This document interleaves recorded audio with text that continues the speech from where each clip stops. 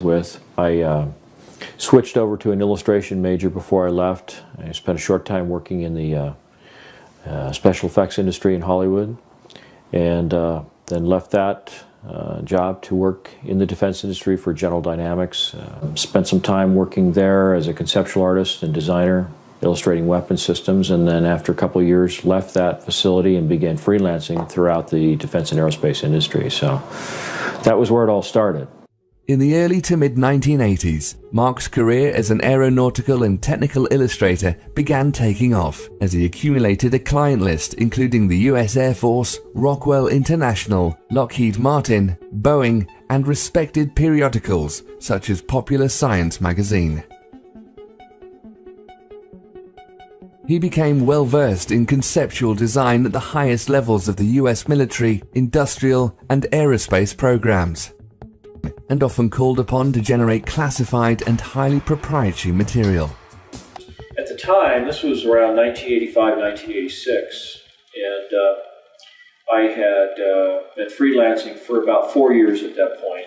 Done a lot of work for Lockheed, a lot of work for Rockwell, and a little bit of work for Boeing. And so I was establishing a reputation, and had occasion to talk to an awful lot of experts in the field, in various parts of the aerospace industry, so I had an idea of what was going on in terms of the technological development that was occurring in the industry at the time. Worked on some conceptual artwork showing cutaways of some of the weapon systems and how the components inside those weapon systems interrelated to one another. I was given a lot of information. Many times I was asked to create illustrations for clients based on just verbal descriptions of what they wanted to see, because a lot of it was conceptual artwork that was supposed to put across the idea that, say, a particular aircraft that they were designing was going to be extremely fast, so it had to have all the sort of dynamic characteristics of what a really fast aircraft would have, and I had an idea of what these things looked like, so I was subscribing to some of the trade publications that were available at that time, like Aviation Week and Space Technology, and a lot of people at the magazines, test pilots, editors, and things. By the mid-1980s, he was a very successful professional artist living in Rialto, California.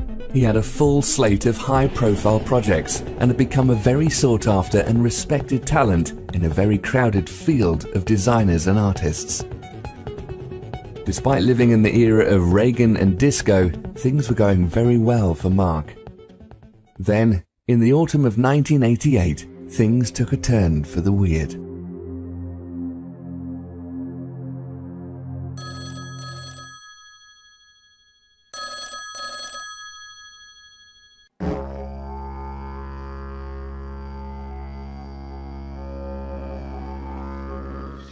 Well, it turns out that this was in October that the magazine hit the newsstand. It was a November issue of Popular Science. It was called the Mach 5 Spy Plane. And a friend of mine from college, Brad, had seen this cover illustration and had opened up to read the story, and he recognized my name, and he called the art director. He passed along my phone number, and the next thing you know, I get a phone call, and this fellow calls up and says, "Hi, Mark, it's Brad. And remember me?" And I said, "Yeah, we were in the transportation design curriculum at Arts Center in Pasadena when we studied car design." So we got reacquainted, had lunch together, and it turned out that just a few weeks beyond that, a local Air Force base, Norton Air Force Base, was having a big air show. And there was a rumor that they were going to have an SR-71 Blackbird out there, which was still kind of a rare occurrence at air shows to see something like that. And so I invited Brad to come out to the air show, and he suggested that he might be bringing along a client that he was working with. He didn't say who it was at the time, but that he thought that there might be the possibility we could network some jobs together. So we arranged to meet together, and at the last minute, I got a second call from Popular Science to do yet another illustration. It was a quick turnaround. They wanted it done over the weekend. It was a quick, $3,000, so I couldn't turn that down. And it was for their February of '89 edition, with the cover story being about the X-31, which was an experimental aircraft program. So did that illustration, and Brad went to the air show, And when the weekend was over, I was kind of interested in his impression, and I called him up and I just said, how did you like the Earth show? And he just seemed completely different. When I talked to him on the phone, he sounded almost depressed. I mean, it was kind of a strange sort of reaction. And he said, well, I don't know. I think I saw something I wasn't supposed to see. And I said, well, how's that possible? Everything that's at the Earth show is sent there and flown there with the intent of putting it on static display, especially for the public. So how could you possibly see something that wasn't intended to be seen? He says, well, I got in to see a display that was a little more exclusive. It was something that was set aside for some top military brass and some top politicians with clearances. And the fellow I was with didn't realize at the time that certain items were going to be on display. And as soon as he realized that here I was without a clearance to see this stuff, he basically said, don't say anything, don't talk to anybody, we'll get out of here as soon as we can. So I asked him, I said, well, what did you see that you think is so stunningly, classified that, you'd be in trouble? And he says, well, he says,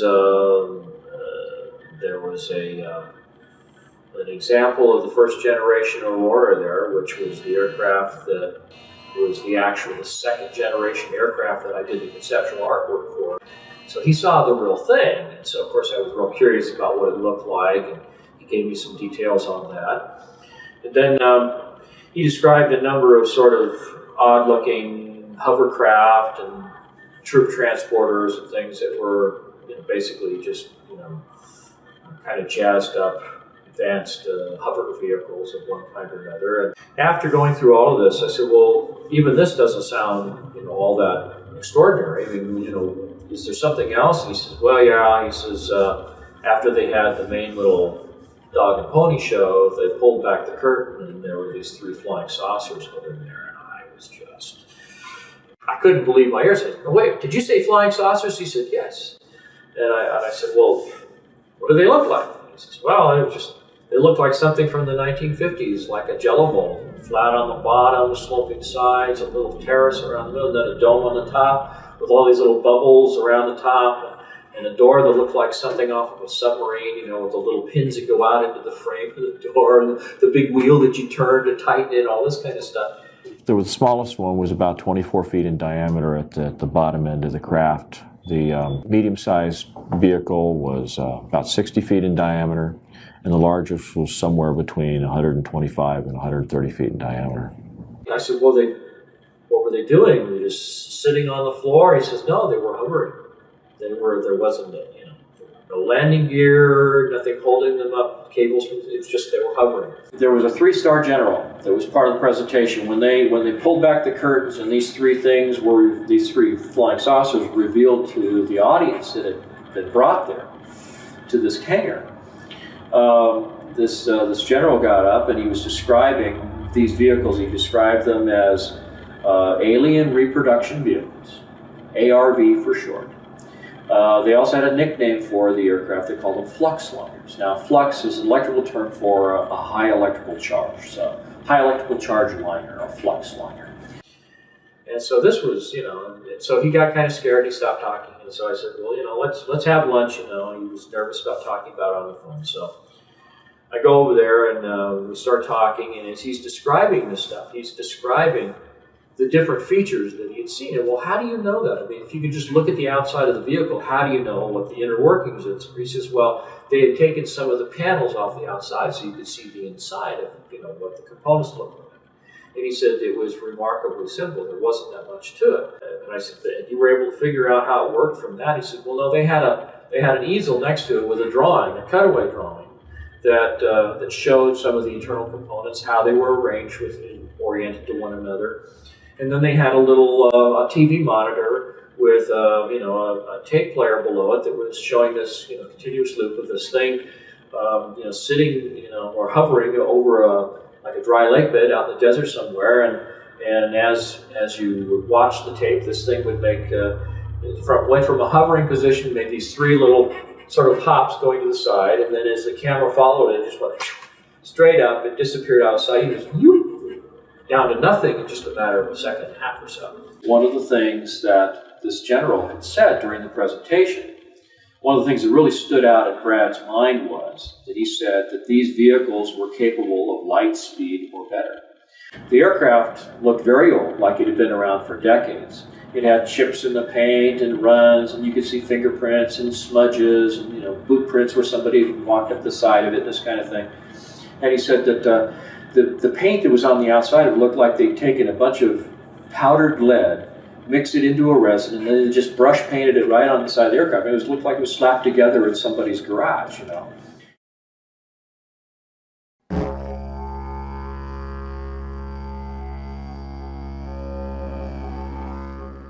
So, according to his account, on November 12, 1988, Mark's friend inadvertently gained access to a highly classified airshow, where the featured hardware of the event was real flying saucers. They were really strange looking, but appeared functional, and were named to suggest anti-gravity and reverse-engineered alien technology. An official presence stated they could travel faster than light. Despite their futuristic performance capabilities, these appeared to be stripped-down, road-worn working prototypes, which had seen practical operation for years. If this were the case, they were crude but tangible proof of concept for a staggering leap in aviation technology. They used extremely advanced electromagnetic or field propulsion, as opposed to solid or jet fuel, nuclear power, or any other commonly known conventional means. It also meant our government and at least one other major defense contractor, Lockheed Martin, had been developing and deploying functional systems along these lines for many years. To both McCandlish and Brad, who'd been working professionally for some time within what they thought were the highest levels of aeronautical design, this odd system was a sucker punch from the future. Apparently this had a really serious impact on Brad, and he really seemed kind of, you know, stunned by what he had seen.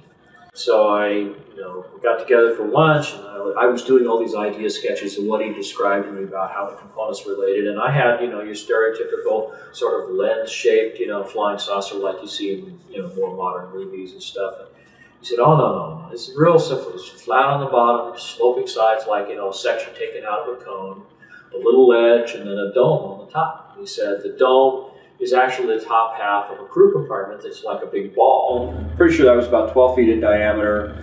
There's a central column that goes down through the middle. There's like a flywheel thing on it that, you know, maybe, I don't know, 6 to 9 feet in diameter. There's 4 ejection seats that are all back to back on this central column above the flywheel type thing. And he says a bunch of oxygen tanks in there. They're all around the bottom. And he said the bottom is this huge capacitor array. It's probably, I don't know, maybe 12 to 14 inches thick. It's shaved off at an angle on the edges, looked like it had been put on a big giant milling machine, and they milled off the edges at a 35-degree angle. He said there's a series of these plate capacitors. I said, well, do you think that this is functioning like the Beethrow-Brown effect, like, you know, these experiments were done back in the 60s with levitating things with, you know, electrostatic fields and stuff? He said, well, that may be it, but he says, they told me, he said, one of the things I saw was that it was using zero-point energy, it was using scalar energy. I said, really? It's cool, huh? 0-point energy. Yeah, I save the best inventions for myself. Well, I've been corresponding with Tom Bearden for about 8 years at that point. We, you know, talked many times, mailed letters back and forth, talked on the phone and things. Okay, so what we have is we have a very strong argument that neither the scalar photon, that is the time-polarized photon, nor the longitudinal photon, which is over in 3 space, are individually observable. But if you somehow can combine the two, they are observable as the instantaneous quantum potential. And so I had a sense of what zero-point energy was about, and there were a lot of talk about longitudinal waves and scalar waves and cyclotronic weapons and all this kind of stuff. And so I've been following this for a while, reading Tom Bearden's work and things. And so I had a pretty good sense of what Brad was talking about, which he was a little surprised about that I would know this already. So he opened up to me a little bit more and began telling me more and more about it. When Brad finally became frustrated with my questions, he sat down, while we were in the office, his office together, and he did this rough sketch, which I still have to this day, 22 years later. And he just sat down, and right where we were sitting there at his table, he just kind of sketched out with an ink pen on a piece of legal-size white paper, and put some some little handwritten call-outs around the edges that described the number of capacitor plates in each one of the little sections, that there were they were so wide at the end, and the crew compartment was definitely about 12 feet in diameter. Just kind of put all these things down as close as he could remember to the way they existed. And so I sat down with all this information, and I just began sort of drafting it out. It was at this point Mark began putting his formidable skills as a conceptual illustrator to work in uncharted territory. Taking Brad's eyewitness account, detailed descriptions and rough sketches of the ARV, McCandlish began refining aspects of the components his friend described and piecing together an ever more precise rendition of the craft. Over the course of the next few years, he generated a series of drawings, culminating in the Fluxliner cutaway blueprint, one of the most notorious images in the history of ufology, and the mysterious realm of black-budget aircraft. I'm Jesse Ventura, and this is Conspiracy Theory. This was called the Fluxliner. This is probably the strangest one you've shown me yet. This actually flies? It actually flies on the principles of high voltage electrical charges. This is the original, one of the original blueprints of the alien reproduction vehicle, which I produced in March of 1989. It was put together by accumulating a lot of verbal testimony from Brad, and later from a number of other sources, including Ken Sellen and some other people that I talked to who had some contact or information about the vehicle.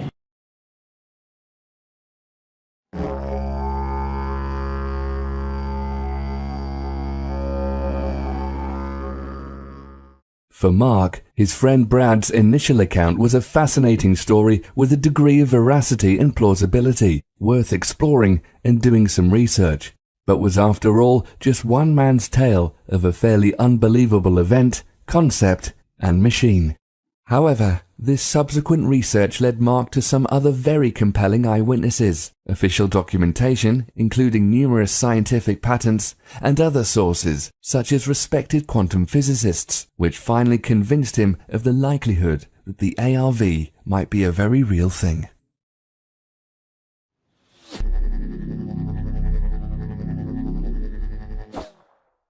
The first verification of the story that I picked up on the alien reproduction vehicle was around 1991, 1992. It was the first air show at Edwards Air Force Base where they actually had the B-2 stealth bomber on display. And in the course of that air show, I had occasion to join up with some clients from Rockwell International, and they introduced me to this fellow who claimed at the time that he was working with the Air Intelligence Agency. His name was Kent Sellen. He claimed that he had inadvertently seen this same craft at Edwards Air Force Base North Base facility in 1973. And I said, when, how, where, what were the circumstances? He says, well, I was a crew chief. He said, I worked on Bill Scott's plane when he was a test pilot. And he says, one night my ship supervisor said to me, go out to North Base. They've got a power unit out there, a ground power unit for an aircraft that's leaking or failed or something, so we need to take a tow vehicle out there, go out, pick it up, bring it back. Well, instead, what happened is he comes up off the dry lake bed, rolls right up on the tarmac, and is going down these rows of hangars. They're all Quonset-style hangars back then. And he stops in front of the first one with the doors cracked, expecting to find this defective ground power unit, and what does he see? He sees this flying saucer sitting in the hangar, hovering off the ground. So I said, well, what happened? He says, well, this thing, was flat on the bottom, sloping sides, a little ledge around there, and then a dome on the top with these little glass things on top. Looked like there was a camera under each one. And I said, really? He said, yeah. No, no landing gear. It was hovering. And I said, let me borrow your pen. So I took out a Kodak lens cleaning tissue package that I had in my camera bag. It was the only thing I could think of to draw on. I did a quick sketch of this alien reproduction vehicle as described by my friend Brad Sorensen back in 1988. And I said, is that what you saw? And he says, oh, you've seen one. And I said, no, but I wasn't sure until this moment that the story was absolutely true. And so that was when I knew there was a second point of confirmation. He says, I wasn't there for 15 seconds and I heard footsteps running up to me. Before I could even turn around and look, he says, there was a machine gun barrel at my throat, another one over here, and he says, a gruff voice says, close your eyes and get on the ground or we're going to blow your head off. So they put a hood over his head, blindfolded him, hauled him off, and they spent 18 hours debriefing him. He was forced to sign some non-disclosure documents about that, but then was given some additional information about it, things, details about the ejection sequence for that vehicle and so forth, things that Brad didn't know anything about. So that gave some validity to what he was saying.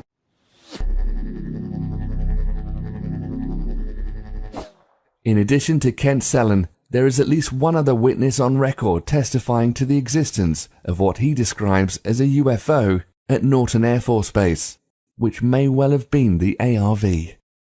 I can discuss Norton Air Force Base, and that as a result of all the military airlift command bases under me for their facilities, that there was one facility at Norton Air Force Base that was close hold. Not even the wing commander there could know what was going on. And during that time period, throughout my career, it was always rumored by the pilots that that was a cover for, in fact, a location of one UFO craft. And the reason for that location was folks that could come out, land at Norton, play golf, be part of a golf tournament, and so forth, and during that process could go by the facility and actually see the UFO.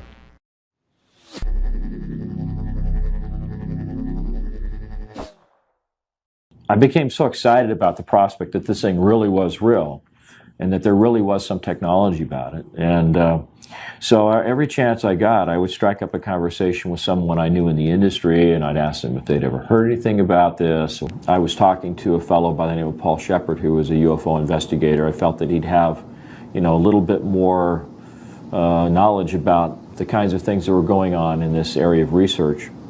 And he put me in touch with a couple of gentlemen, Gordon Novell and George Ulick, who was a physicist with Hercules Aerospace up in Sandy, Utah. And they were very interested in this story. I started off as an aeronautical engineer when I was in college, and I got real interested in what makes UFOs go. And so I just kind of pursued the trail of the technology as opposed to the aliens and that kind of stuff. And that's all I do is pursue the technology. And I got lucky, got very, very lucky, and got my hands on a cutaway of their bird.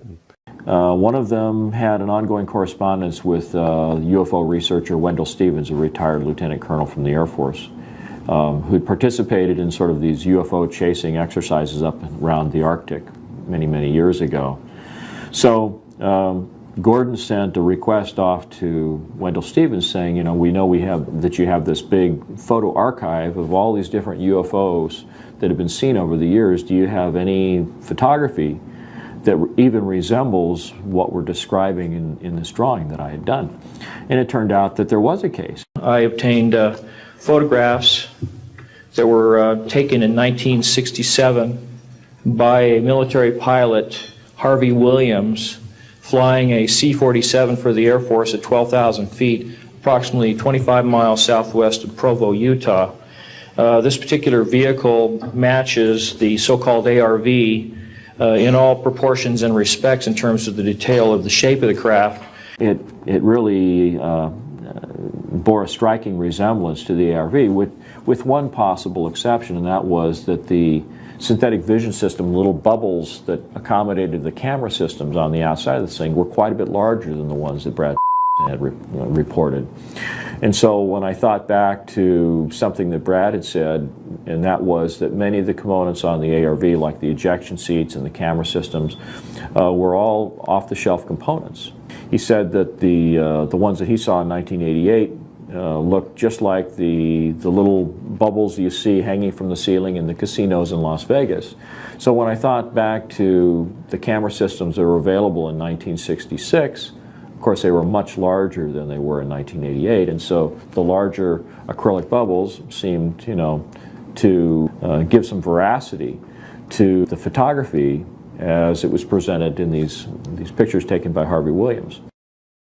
One of the things that came up in the investigation was the fact that a number of the witnesses starting in 1988 described the vehicle that they saw as looking like it had been around for a long time. Chips in the paint, fingerprints, greasy handprints and that kind of stuff. The material around where the Zeus fasteners brought the panels together all chipped and scratched and stuff like it'd been around for a long time. When I talked in 1991 or 92 to Kent Sullen, he clarified that he'd seen this thing in 1973, which was, 15 years or something earlier than that. And then the photographs from Wendell Stevens showed that this thing may have been operational as early as, June or July of 1966. So it certainly supported the idea that this thing had been around for quite a while, maybe even earlier than that.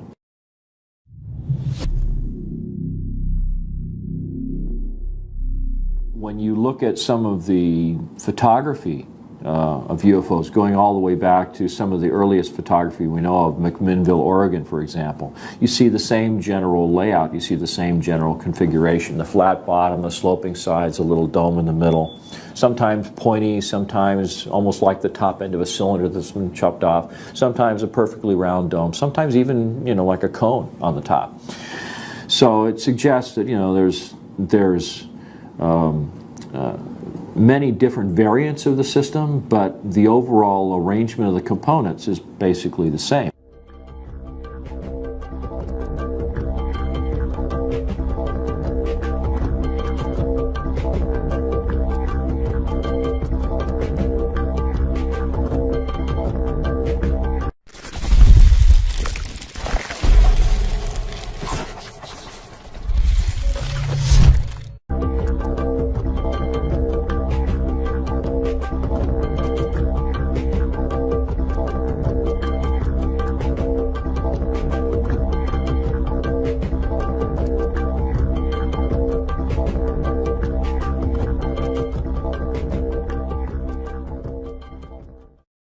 And I kept saying to myself, this is just too much of a coincidence. Maybe this goes back a lot further than anybody knows. In fact, in a translation of a Sanskrit text written by a Middle Eastern king in the 11th century, there were references to Vimanas, or flying machines, with a propulsion system bearing a striking resemblance to that of the ARV. Strong and durable must the body of Vimana be made, like a great flying bird of light material. Inside, one must put the Mercury engine, with its iron heating apparatus underneath. By means of the power latent in the Mercury which sets the driving whirlwind in motion, a man sitting inside may travel a great distance in the sky.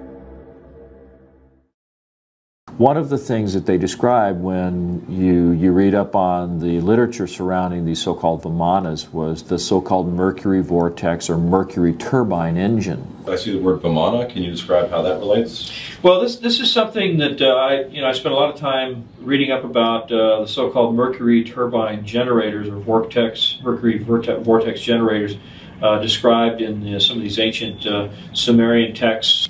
And so I started looking at the possibility that there had to be some kind of circulation going on in the Mercury itself. So that was the kind of thing that I visualized would be going on inside the chamber. The central column has a number of components, a couple of counter-rotating cylinders. It sounds very much like the device that the Nazis were developing in the Wenceslaus mine in Poland towards the end of the Second World War. There seems to be some evidence that they were trying to develop some kind of an anti-gravity propulsion system or a zero-point energy device. Apparently, if we're talking about systems using components and processes similar to the ARV, we can't ignore the Nazis. I think it was Timothy Good published a story, maybe above top secret, where he found a researcher who was following developments by the Nazis at the end of the Second World War, and it looked like they'd been developing flying saucers up in Poland in the Wenceslaus mine, and they had this thing that looked like Stonehenge, where they had all these high voltage cables coming into it and these chains that would hold something down, and they had this thing called the bell, the Das Glocke. Die Glocke. The bell. That was down in this mine in Wenceslaus, and that it involved a ceramic dome, and it had 2 cylinders inside with a mercury solution circulating in it. The 2 cylinders were inside an electromagnetic field, and they were counter-rotating, and they had this mixture of mercury, thorium, and beryllium. Now, it looks like there's a high-voltage electrical discharge that's being sent through the mercury, and that is somehow doing something that enables this anti-gravity effect to occur.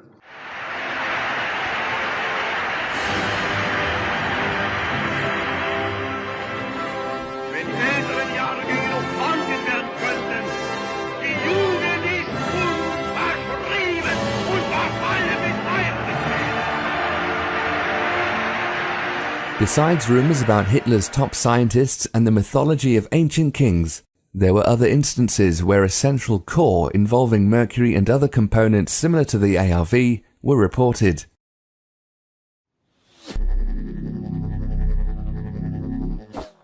At one point, Mark contacted and interviewed possible UFO abductees to gain insight on the technology they may have seen in the alien craft, something he had in common with McDonnell Douglas in the 1960s, and possibly numerous other corporate and government entities since the 1940s. I wound up going to my management and telling them, you know, you're not going to believe this, but the UFOs are clearly coming from someplace else. They're clearly manned or humanoided, and the only question is whether we're going to figure out how they work before Lockheed or after. And so as a result of that, the company at that time, which has now of course been bought by Boeing, over several years put in about $500,000 worth of research effort under my direction to study gravity control techniques and also analyze UFOs. We hired a police detective to interview witnesses, abductees. We had experimental work and theoretical work. So it was kind of a fun project. In the course of all this, it occurred to me that one of the other resources that I might be able to draw on was people in the alien abduction community. I began to think, you know, well, these people are either crazy or they're really having an experience of some kind. And some of them even talked about implants that were being recovered from their bodies. And so I was intrigued, and I thought, well, okay, you know, if any of these stories are true, there might be a chance, however slim, that if they really were abducted by aliens, they might have gotten a tour of the ship. They might have seen some propulsion system components. And so I heard 3 of these young ladies being interviewed on a radio station out of Las Vegas. This was sort of the precursor to Art Bell and Coast to Coast AM. It was the Billy Goodman Happening. And he was interviewing Cindy Bonovo's, Melinda Leslie, and Alicia Davidson. Contacted the station. They put me in touch with these 3 young ladies. I interviewed them individually, and much to my surprise determined that these young ladies seemed to be bona fide examples of the phenomena, with implants that could be seen on medical MRIs. So what I did was I simply asked them to describe what they saw, and without disclosing anything that I already knew about the components inside the alien reproduction vehicle, I found that these young ladies, at least one of them in particular, was able to describe not only components that strongly resembled the ones that were inside the alien reproduction vehicle, but they were also at a higher level of sophistication that actually gave additional clues about how the ARV actually functioned. Alicia Davidson described being escorted into the engine room and seeing the propulsion system components. And it involved a central column that was made of a transparent glass-like material. And she said there was a silvery fluid that was spiraling upward at the bottom of this column.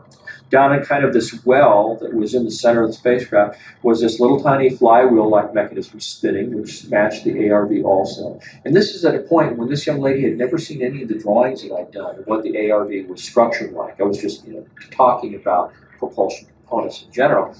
But then she said that when you looked across this little well, you know, this lowered floor area in the center of the room, there was like a guardrail around it. She stood there. You could look across, and she said it looked like the below the deck she was standing on was this glass-like material with these coils of wire going through it. And they were spaced out in the same proportions as the ones on the UAV. The thing that she said that was most significant was that the column itself was rotating in one direction, and the flywheel was spinning in the opposite direction. There was counter-rotation, which is something that's often been reported in UFO sightings. You see components on the craft that are spinning in opposite directions. Back here on Earth, the scientific community has been busy since the end of the Industrial Revolution. There have been dozens, perhaps hundreds of US and international patents dealing directly with electrokinetics and electrogravitics, going back to the turn of the last century. It would be safe to assume private industry and the military have also been working on a great deal of related applications off the public record. In short, since Nikola Tesla's first experiments with pushing electricity around, mankind has had a thing for anti-gravity.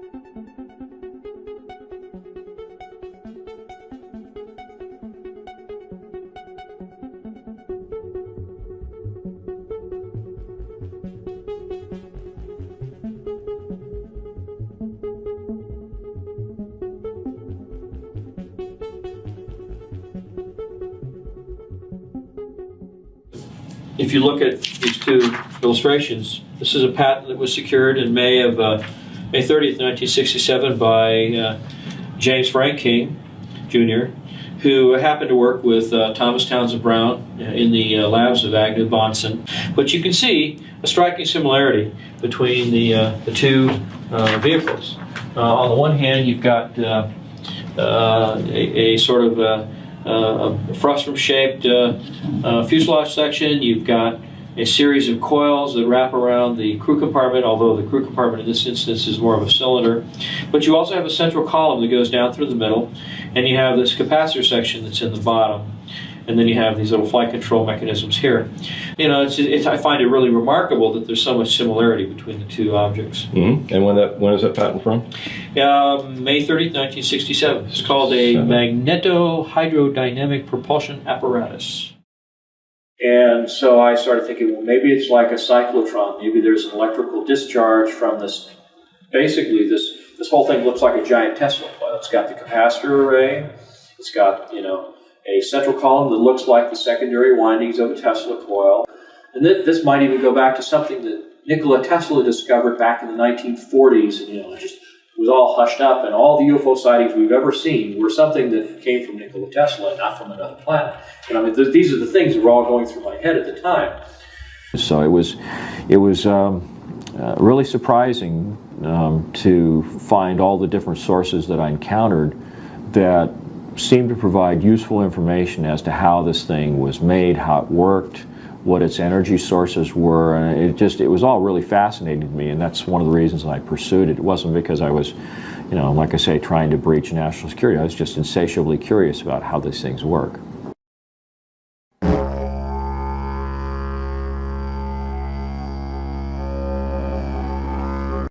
And he said it was remarkably simple. There wasn't that much to it.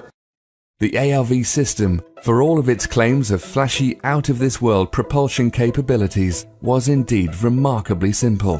It could be described as a large-scale, souped-up Tesla coil, designed to negate gravity and inertia, with off-the-shelf navigation and life support systems bolted on, almost as an afterthought. You could think of it as the Model T of anti-gravity vehicles, an industrial dune buggy, or crude hot rod that can get you to Mars in a few minutes. In this version at least, first-class seating was still a way off.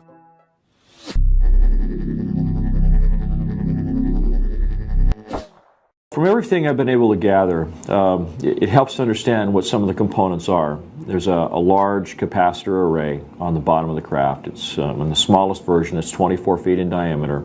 The outer edge of the plates and the capacitor section itself are shaved off at that same 35-degree angle. So you have a series of plates that are progressively smaller as you get higher and higher in the stack. And there's 48 sections that are all set up like that. Through the middle of the crew compartment is a central column that's called the amplifier section that's in the middle of the craft. On the very center point of that column is what looks like a large 9-foot diameter flywheel type mechanism. Then around the belt line of the crew compartment is about a 2-foot wide coil of wire that's embedded in the same glass-like material that the capacitor section plates are embedded in. And there's a kind of flange or fairing that traps the top and the bottom surfaces of the coil. You can see that it traps it there and at the top. But in between are a series of explosive bolts that run all the way around the craft. They said above this ledge there is a, looks like a door out of, you know, your stereotypical cartoon submarine. You know, it has a steel frame that's embedded in the side of this protruded sphere that makes up the crew compartment. And he said it had a wheel on it with little spokes that you would turn like an old, you know, Captain Nemo submarine, with the pins that would go out and lock into the door frame, and it had a seal on it so it'd be airtight. And then the ejection seats are mounted back to back. There's 4 of them in the smallest version of the craft, and they're mounted on this central column on a set of rails.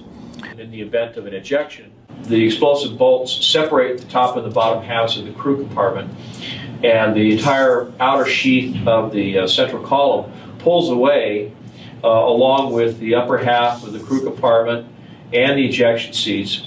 This crew compartment sphere can actually function as kind of a rudimentary re-entry vehicle coming down through the atmosphere, and then once you get, say, below 14, 15, 16,000 feet, the thing will pop a chute out the top, and the ejection seats drop off on these rails one by one, and the pilot can drift down in a parachute or with a parachute.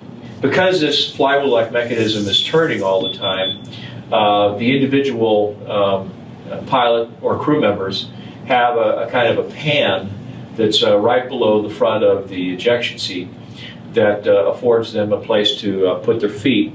Now, the control system on the vehicle, on the ejection seat that the pilot sits in, on the one hand it looks like a high voltage potentiometer, or like a rheostat on the one side, that has a couple of big heavy duty cables that come out of it and goes into the central column. And that's basically the amount of power that he has in the system.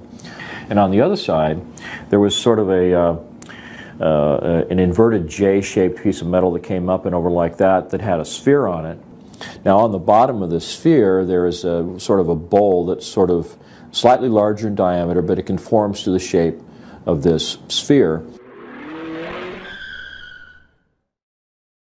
Of all the components of the ARV, the navigation system, while perfectly logical and even elegant in its design, has to be the strangest one.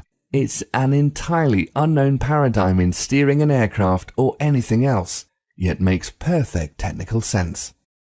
If one were to make the case for truly alien aspects of the alien reproduction vehicle, this might be the first example they'd use.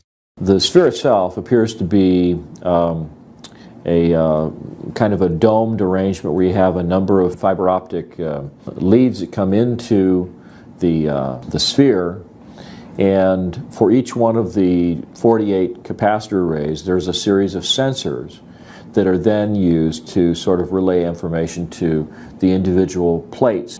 And so then on the bottom of this you have a bowl that moves around and can be used to convey the commands of the pilot in terms of what he wants to do in terms of shaping the field around the vehicle. And right in the center of that bowl is a kind of laser diode that sends a laser beam up into the underside, the inside of this sphere. And so as the bowl moves, that laser is sort of scanning around on the inside of the different sensors that are responsible for each of the capacitor sections. Then there's a series of relays that will open up and close and let a certain amount of energy in, or prevent it from going in. And when it's dead center, it means that all of them get the exact same amount of information. You just go straight up. If you want to bank to the right, then you bank this to the right. It sends the laser signal over to the opposite side of the dome, and it says that the opposite side of the craft is going to get more energy, so it banks in that direction. It's kind of like in a helicopter, in the swash plate of a helicopter. When you want to bank to the left, you create more deflection in the main rotor on the right side so that it begins to bank to the right, or bank to the left, excuse me. So it's kind of the same principle. Then you have an oxygen supply that's strapped to the lower part of the central column down here in the lower part of the crew compartment. You have a much larger set of oxygen tanks, and these are all protruded vessels, by the way. There's no steel or aluminum in terms of the oxygen supply in the vehicle. There was also a pair of oxygen tanks under the seat And that was assuming that maybe you had to eject, when you're at 25 or 30,000 feet, and you needed some air to get you from up there down to the place where you'd actually be able to breathe ambient air. I said, well, were there windows? And no, there weren't any windows. He said there was a thing called a synthetic vision system. And he said there were 6 or 7 of these little plastic bubbles around the top of this thing, one on the very top in the center, and then maybe 6 around about halfway up from where the ledge was to the very top, and they were spaced at even distances. And he said in each one there was a little CCD camera. So the synthetic vision system was set up so they would take 2 cameras and it would have a converging point of focus in those 2 cameras, so that it would just be like looking through a set of binoculars. So you'd have a left and a right eye view, and it'd give you a 3-dimensional view outside the vehicle, but with no windows. And the reason for that, apparently, was that this aircraft was using extremely high voltages, and the voltages would ionize the air around the vehicle so much that it would start producing X-ray photons, which are absolutely lethal. So you have to have basically a barrier to protect yourself. You also have a robotic arm that seems to be blended in with a composite fairing sitting right on the top surface of the capacitor array that has the ability to extend outward with a little air-driven claw that's on the end of it. In fact, I think that the craft's magnetic field or electromagnetic field is probably so powerful that conventional little electric motors probably wouldn't work in this kind of an application. Where they took the panels off the side of the aircraft is that they had Zeus fasteners that were these little, like, quick spin lock things that they put on there to hold the panels. The panels are all like a fiberglass material, it's all composite. The entire vehicle appeared to be covered with what he's referred to as a goopy lead paint. It looked like little flecks of lead that had been suspended in kind of a resin and just painted haphazardly over the outside of everything on the vehicle, with the possible exception of the door itself and these little blisters that house the synthetic vision system. So why would it be goopy lead paint? Well, the theory is that the electrostatic field created by this huge capacitor array and the ionization that occurs just because of the propulsion system might be enough to create a level of ionization around the craft that's high enough that it would produce X-ray photons of its own accord. And so you would want to be able to protect the pilot and the crew members from that radiation. So anyway, that's the general overview of the structure of the vehicle. This is a vehicle that has the ability to travel up to or beyond the speed of light. And part of the reason that it's able to do that is because it exploits the energy form that's embedded in space-time that's responsible for the effects of mass and inertia.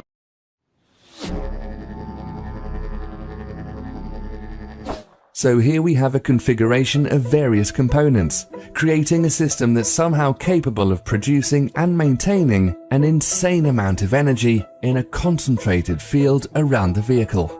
This field can be precisely controlled by the pilot with the aid of a basic throttle, an alien steering ball, and a bunch of casino cameras. There's plenty of onboard oxygen, handy if you're off the planet, and a lead coating so the occupants don't get fried in their seats, and a robot arm in case you need a robot arm somewhere. It looks like a big clumsy diving bell from 1905, but apparently works like a helicopter you can take past light speed. Its beauty and elegance lie in the propulsion system, maybe a really fast one that gets around currently accepted physics, one we commonly associate with UFOs.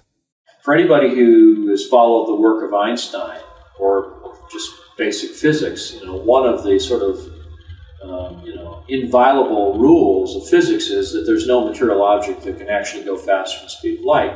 So somehow or other, and I'm not saying we got this from aliens, but they did call it the alien reproduction vehicle, but somehow or other, this simple system that Brad described in these diagrams was able to do this.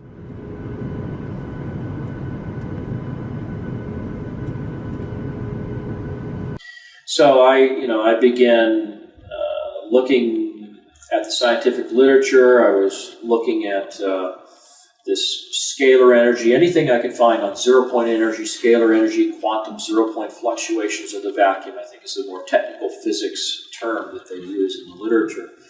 And it turned out that there really were scientific papers that were being published by a number of different scientists, Hal Puthoff, Bernard Heish, Alfonso Rueda, who just happened to work at Lockheed Skunk Works, by the way. And so I started noticing the names and where they worked and what they do, what they were talking, what they're publishing. And it occurred to me that, maybe these are people who have some insider. So I started looking at that. I started looking at the things that Hal Puthoff had said. In the middle of last century, physicists made an astounding discovery. And that is what we ordinarily consider empty space isn't empty at all. Even if you go to the far reaches of outer space, it turns out that rather than emptiness, what we call the vacuum is really a seething cauldron of what we call quantum energy, or zero-point energy. Zero-point just simply means that even if you froze the entire universe down to absolute zero, froze out all motion, where everything would be as quiet as you could possibly get it, this energy is still there. It was predicted by the mathematics of quantum theory, but the numbers were so large. For example, there's enough energy in the volume of a coffee cup to evaporate the world's oceans. It was thought, well, this must be some kind of artifact of the theory. But as time went on, various predictions in quantum theory were verified in the laboratory, and it finally turned out we had to take these numbers seriously. So I opened up a correspondence with Hal Puthoff, and he was very gracious in taking time to talk to me on the phone, send me copies of the peer-reviewed papers that he had published in Physics Review, Physics A, Physics B, and I couldn't understand the mathematics with all these Greek symbols, and I mean it was really advanced theoretical stuff. But what I was able to follow were the paragraphs that were before and after the equations that explained what all the math was talking about. And so as I went through these papers and I would talk to Hal, he would explain to me, well, this means that this is a certain process, a polarization process that happens in the vacuum of space-time, and when you do that, you have this kind of phenomenon. When you do that, you have this other phenomenon. And the papers that he wrote started to indicate this zero-point energy that's embedded in the environment. Was responsible for the effects of inertia and gravity and mass, and the reason why, as you accelerate through space-time, the mass of your vehicle increases.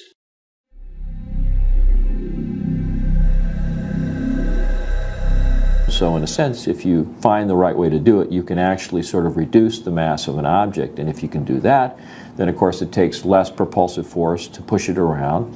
It means that it can go a lot faster because it's not limited by the amount of mass that it increases to as it accelerates. In fact, it may in fact be a situation where the faster you go, the more energy you have available to continue the acceleration process, and at the same time the mass is becoming relatively less and less and less. So it really enables the possibility of being able to go faster than the speed of light without violating general relativity, and that was the most fascinating aspect of the whole thing. You're drawing energy from the environment, and in the process of doing that, you're enabling the craft to not only demass itself, but basically conserve energy by using the flux in the vacuum.